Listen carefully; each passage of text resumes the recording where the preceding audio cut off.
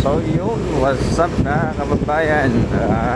Wala tayong biyahe ngayon pero bumibiyahe tayo dahil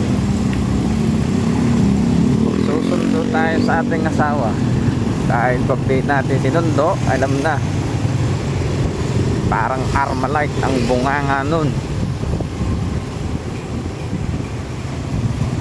At daming sinasabi, kaya sa mga nagbabalag kumuhang may asawa dyan ng motor, huwag ganun pangarapin. Ikipagsundot hatid kayo, kahit pagod kayo, wala kayong magagawa.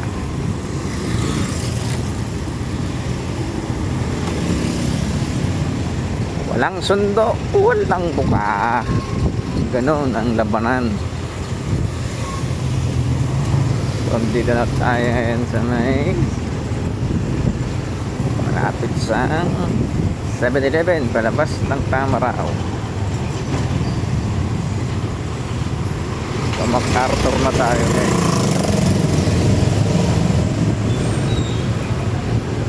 Yan.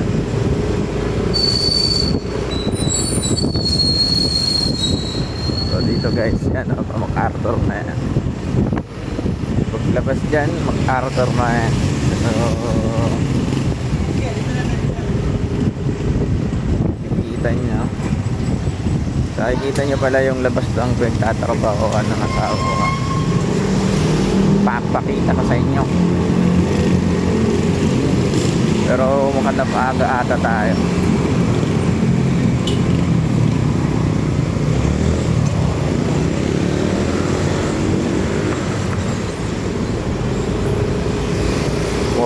Pa lang oh. Maaga yung sundo natin ata. Kung papapakitain na lamang sa labas.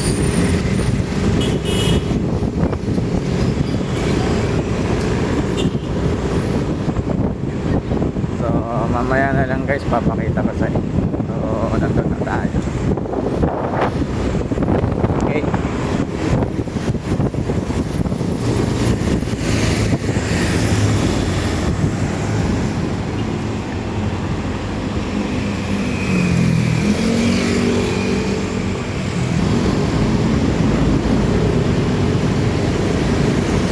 So yun, nandito na tayo sa C3.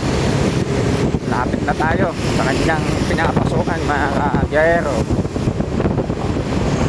So to C3 dati, dito traffic dito, pero ngayon para expressway na to.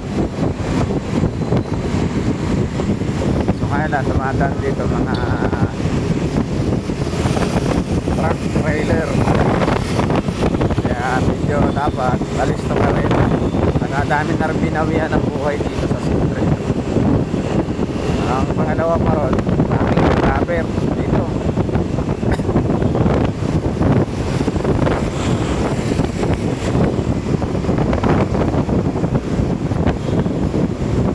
Nandun tayo sa stoplight. So dyan guys, magka-counter blow na ako. Ako na daan sa kabila. Pag dito tayo, at sa dito na rin natin yung malayo. Kaya counter blow na lang tayo. So yan lang naman yung bumili. So ito naman, lagi ko naman ginagawa ito eh. Yan.